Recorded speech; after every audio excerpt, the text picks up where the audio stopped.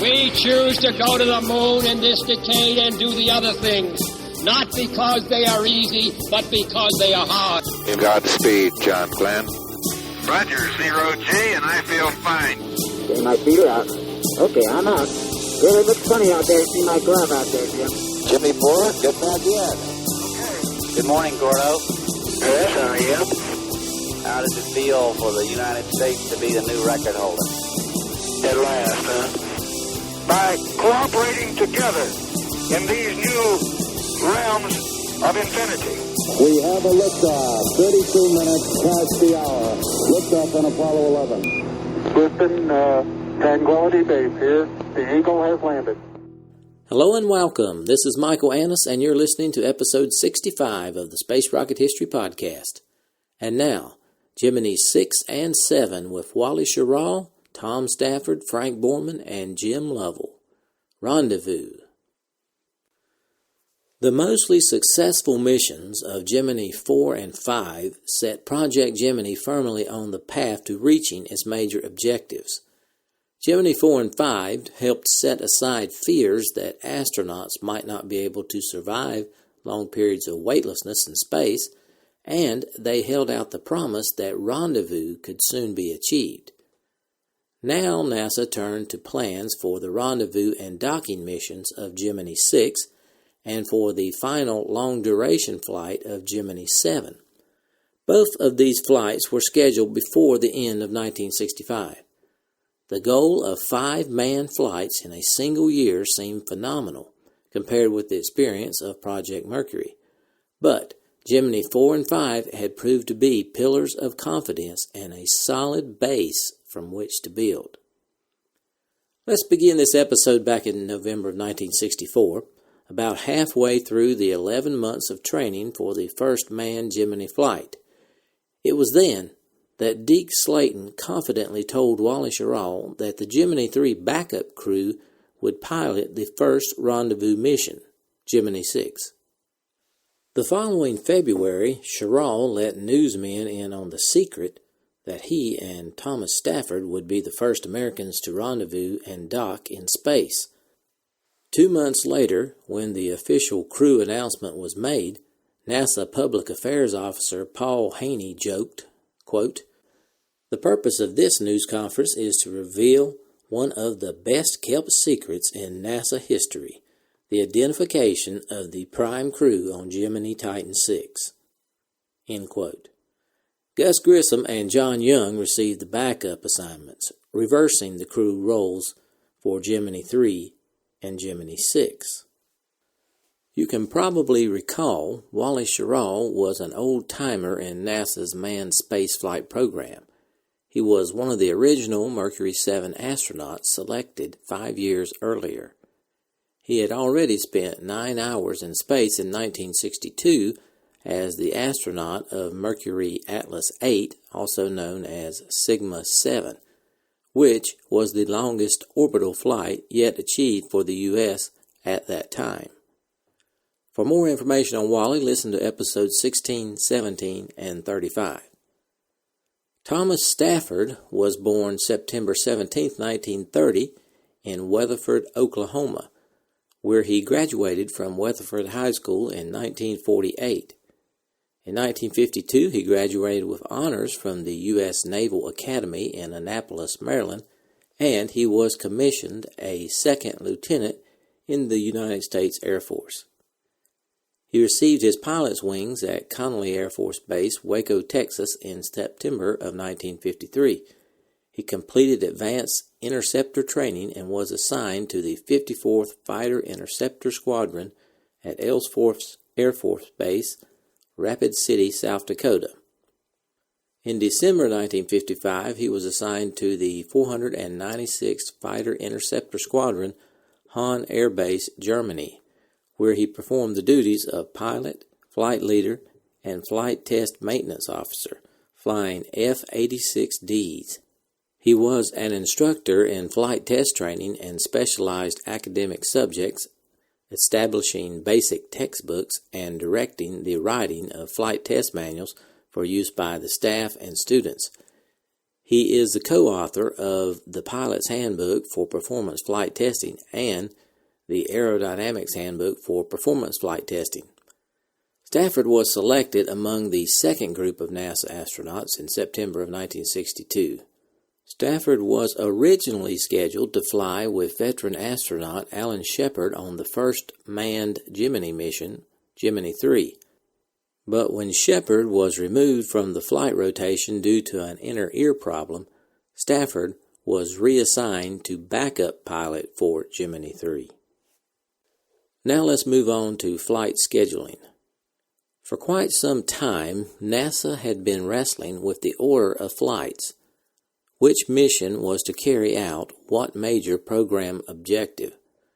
Slow progress on some systems had forced a shuffling of tasks.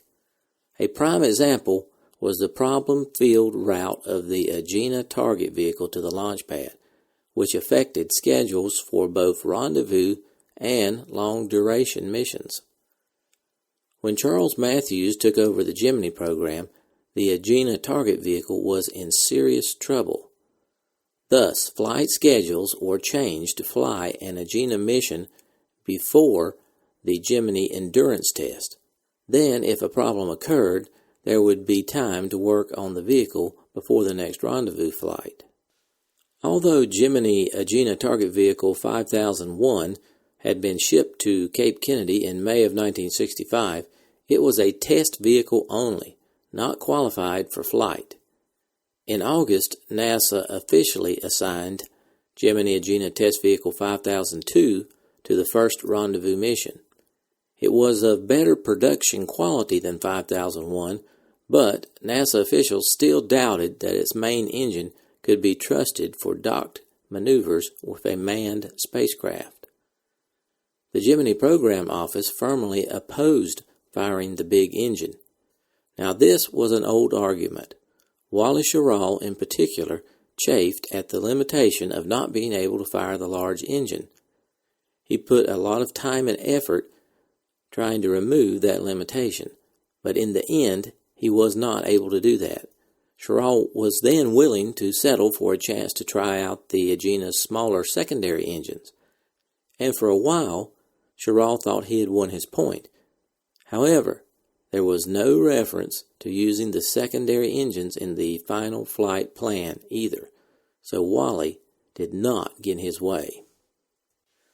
Another concern about the mission was the rendezvous planning.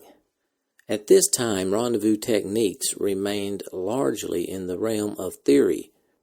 When training for Gemini 6 began in the spring of 1965, little had yet been done toward planning crew procedures for making the maneuvers.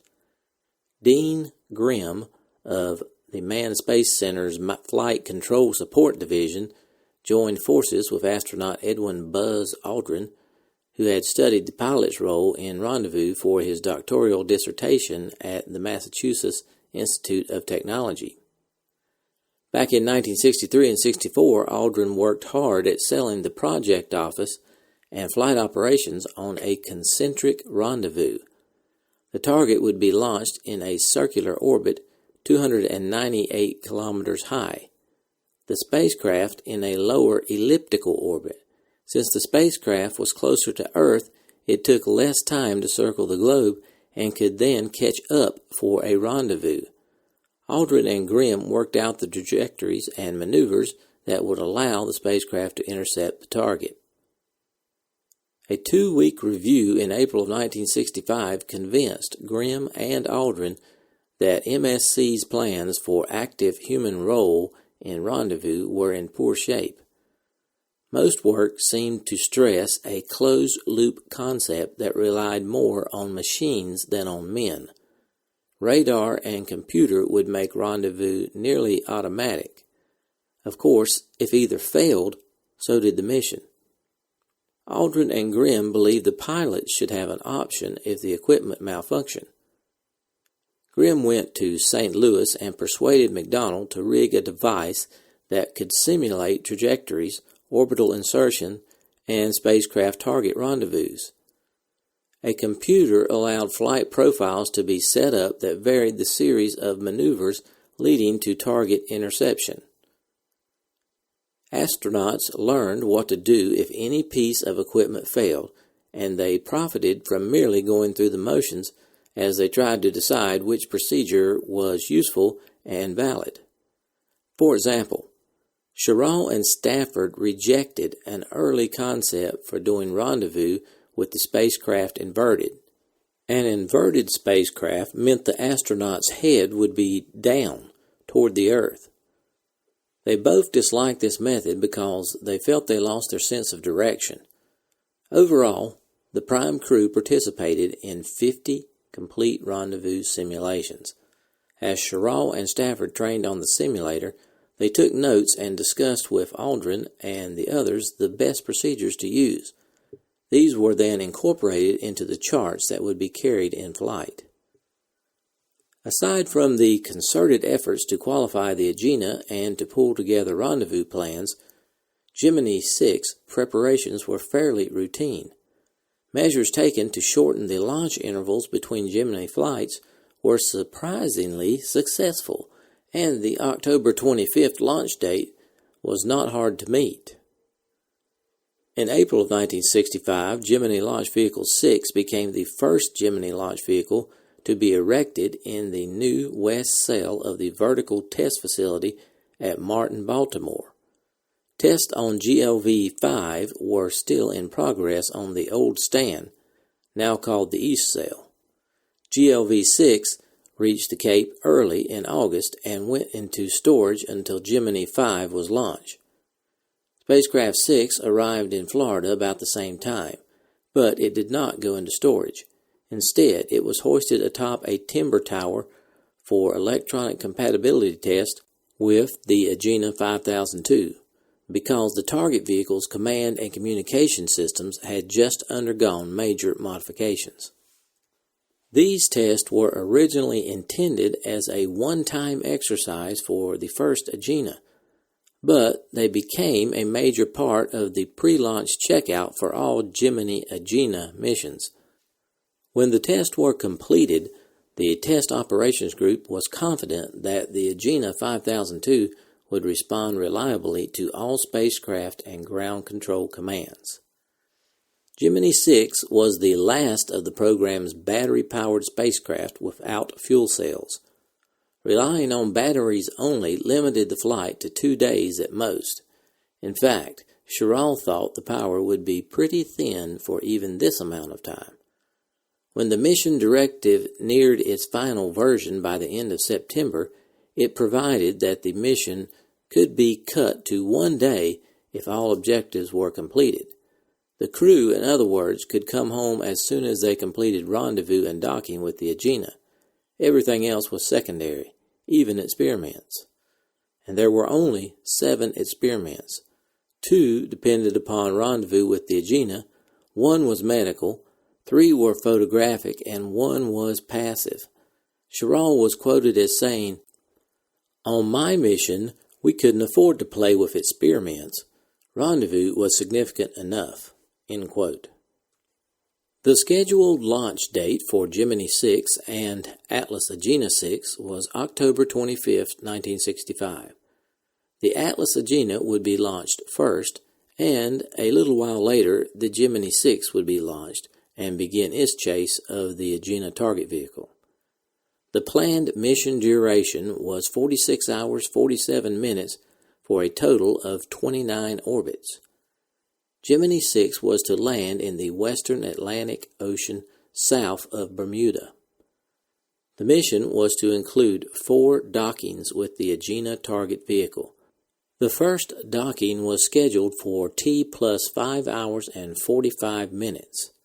The last docking was at T plus 10 hours, and the final undocking would take place at T plus 18 hours. At 46 hours into the mission, the retro rockets were to be fired over the Pacific during the 29th orbit.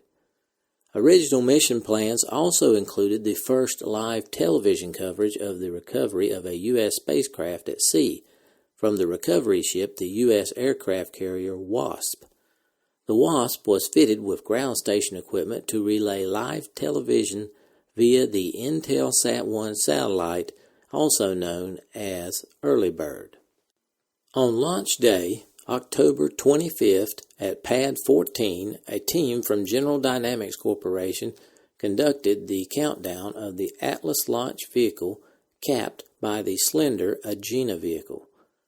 Although this would be its maiden voyage in Project Gemini, Agena was a veteran of more than 140 flights since 1959.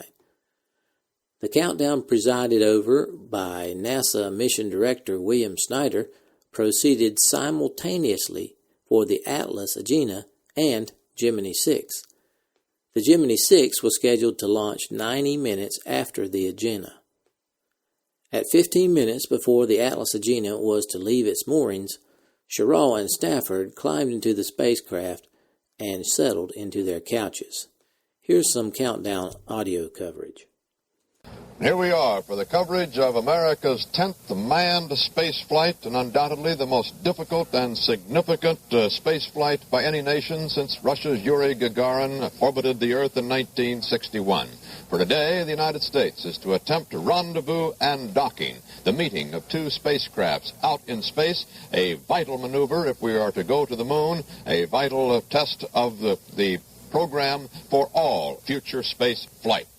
Charles von Fremd is at the Cape with an up-to-the-minute report as we wait for the first launching there, scheduled in the next few moments. Charles? Yeah, Walt, everything looks real good down here right now. There hasn't been the slightest delay in the countdown on the Atlas Agena rocket. As of now, the countdown is going clickety-clack. We should be launching on the hour. The Atlas, one of the oldest and also one of the most reliable space booster rockets, is batting 28 for 30 in its most recent launches. And over on Pad 19, 6,000 feet away, Wally, Schirra, and Stafford will depart there on a Titan II booster, which has a record of 22 successes out of 23 launches from the Cape. So the weather is cooperating. Everything looks go, but of course you never know, Walt. Yes, Charles. Filling you in now on the details of this day. In just 3 minutes and 22 seconds from now, that Atlas booster with its 360,000 pounds of thrust, it stands there some 66 feet high. On top of it, 26 feet of the Agena target vehicle.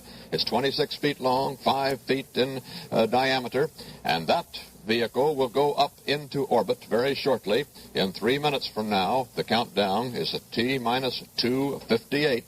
It goes up to 185 miles, it is hoped, makes one circuit of the Earth, and then as it comes over Cape Kennedy on its first trip around, the Gemini will be launched atop its Titan rocket. Up in the White Room, they're just about to seal the astronauts Wally, Schirra, and Tom Stafford into their capsule. The doors are supposed to be latched there just about the time that the Agena is being launched from that pad a little over a mile to the south of them. Perhaps they will be able to see it out the windows of the White Room, although it seems doubtful. They'll certainly be able to hear it because actually 6,000 feet, which is the distance between those two pads, isn't very great. It's 1,500 feet, as a matter of fact, inside the normal safety requirements that they normally clear. T-minus 40 seconds. At this point in the blockhouse at Launch Complex 14, the Atlas test conductor is just looking at a series of lights on his console. These ready lights will turn green. When all of them are green, we will be ready to go. T-minus 25 seconds and counting. There will be a momentary hold at T-minus 19 when we press the ignition switch. T-minus 17 seconds. T-minus 15. T-minus 10, 9, 8, 7, 6, 5, 4. It's holding momentarily at 4. We have ignition. And I'll lift off right on the button. Right on the hour.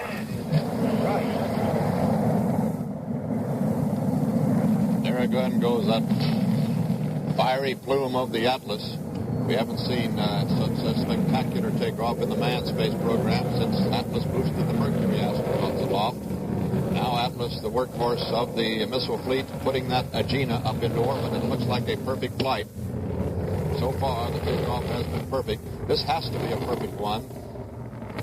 That Agena has to reach an altitude of 185 miles on a perfect circular orbit. It can be corrected by its onboard guidance machinery a slight amount, but basically it's got to go into a good orbit if this rendezvous is to be achieved today. We'll know that about 10 minutes from now when this rocket is going into orbit there over Bermuda. At 10 a.m., General Dynamics Chief Thomas J. O'Malley pushed the button that sent the Atlas Agena skyward. Signs that something was wrong appeared minutes later when the target vehicle cut loose from the booster. The Agena seemed to be wobbling, even as its attitude control system labored to keep it stable. The small secondary engines ignited and the gas generator valve opened to fire the main engine and boost the Agena to orbit. A telemetry signal in Mission Control Center showed that the big engine had started exactly on time, but that was the last good news. In Houston, Snyder, whose thought Agenas always flew, was astounded to learn there was a problem. In fact, Air Force radar was tracking what seemed to be 5 pieces of the target vehicle. In the meantime, Public Affairs Officer Paul Haney, trying to keep the public informed, had little or nothing to report. 10 minutes after liftoff, he could only repeat that no telemetry signals were coming into the station along the flight control network, and that over on Pad 19, Schirra and Stafford were continuing their preparations for flight. After 50 minutes, the last flicker of hope gone, Haney told his listeners, quote, "We have had a conversation with the Carnarvon tracking station, and their report keeps coming back. No joy, no joy." End quote. The mission was scrubbed. Here's a clip. We had a momentary dropout on our telemetry according to the Agena controller.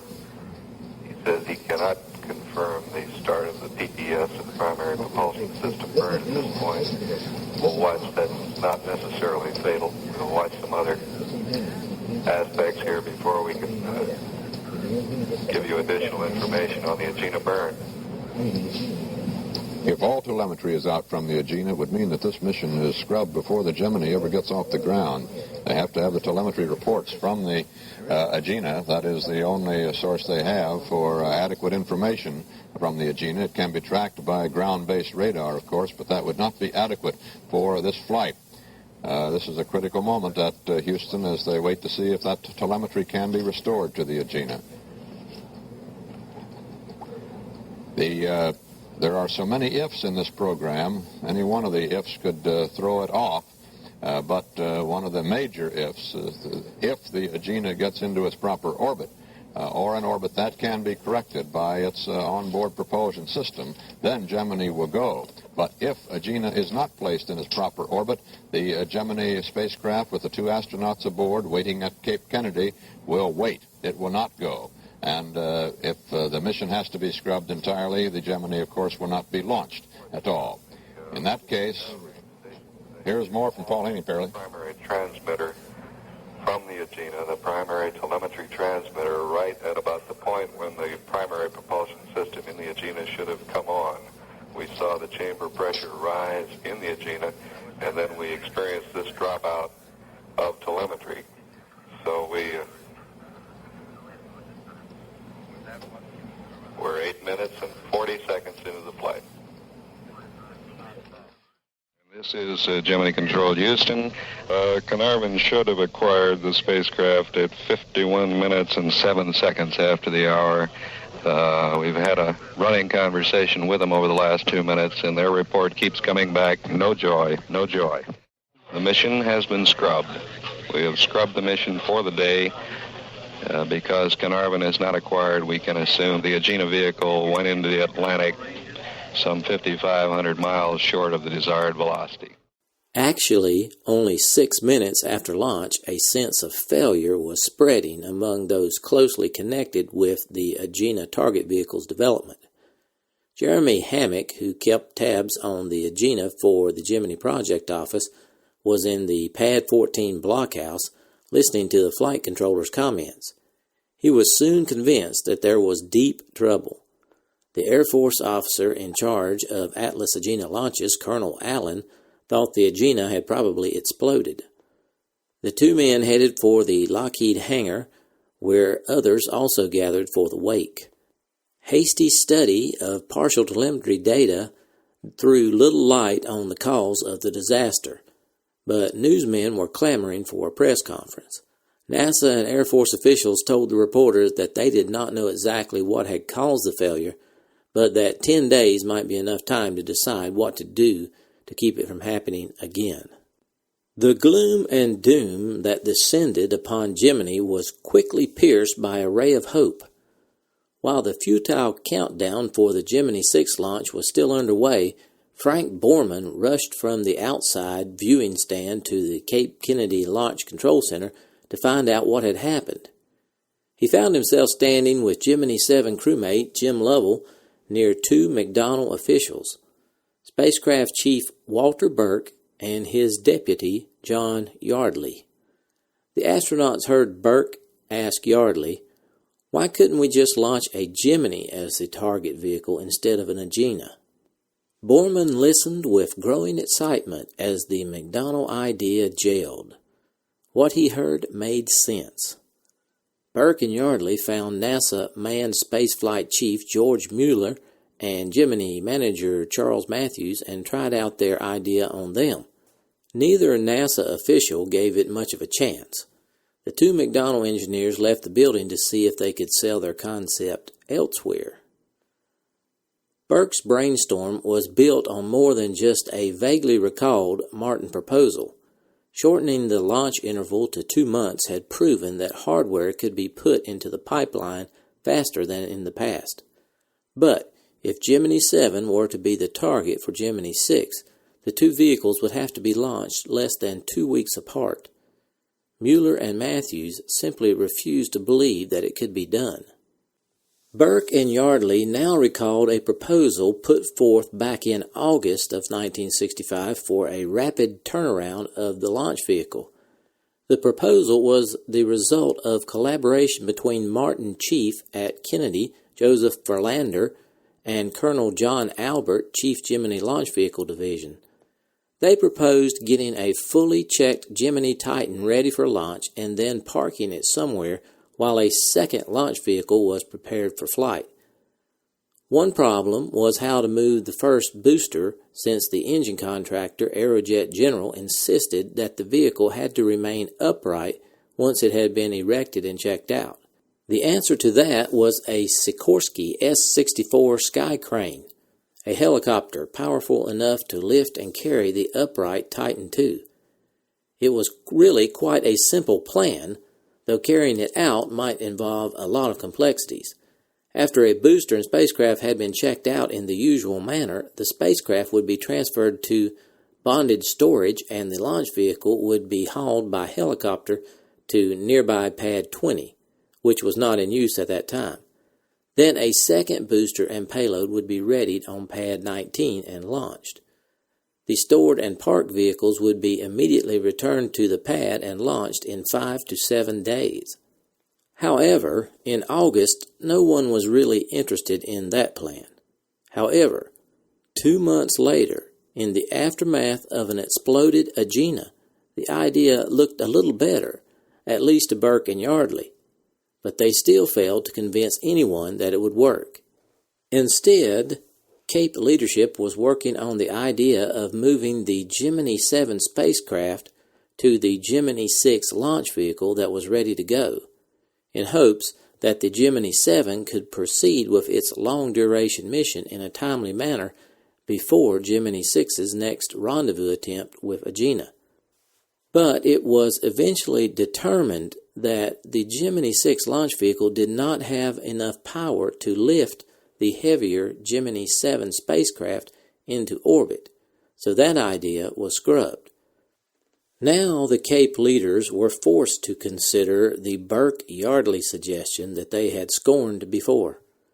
As they tinkered with a tentative work schedule for a 9-day pad checkout, additionally, with 2 spacecraft in space at the same time, they would have to figure out a way to communicate and track both vehicles. After much discussion, they arrived at a new proposal.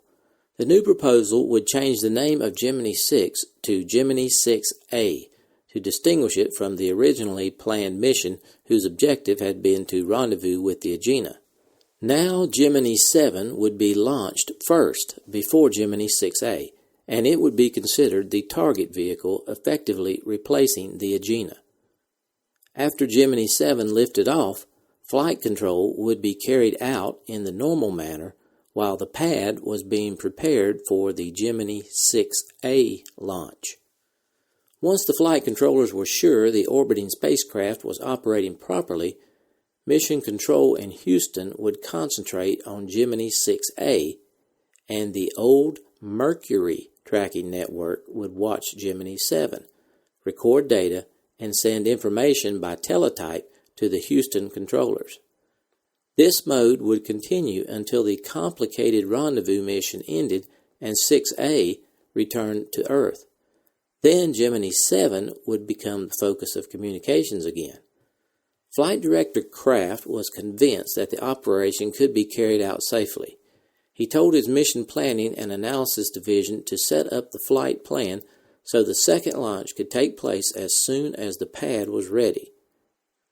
After more discussion, the proposal was approved locally, and NASA Administrator Webb forwarded it to the President, who was at his ranch near Austin, Texas. The President approved the proposal, and on October 28th, a press conference was held at the Texas White House to announce the Gemini 7/6A rendezvous mission. That a plan of such scope could be suggested, discussed, approved, and announced in scarcely 3 days after the failed Agena was a sign of the managerial and technical trust that Gemini had already come to inspire. William D. Moyers, the President's press secretary, told the news media about the plan and answered questions from reporters. Moyers said the mission was targeted for January, but back at MSC, everyone from Gilruth on down was working toward an early December flight.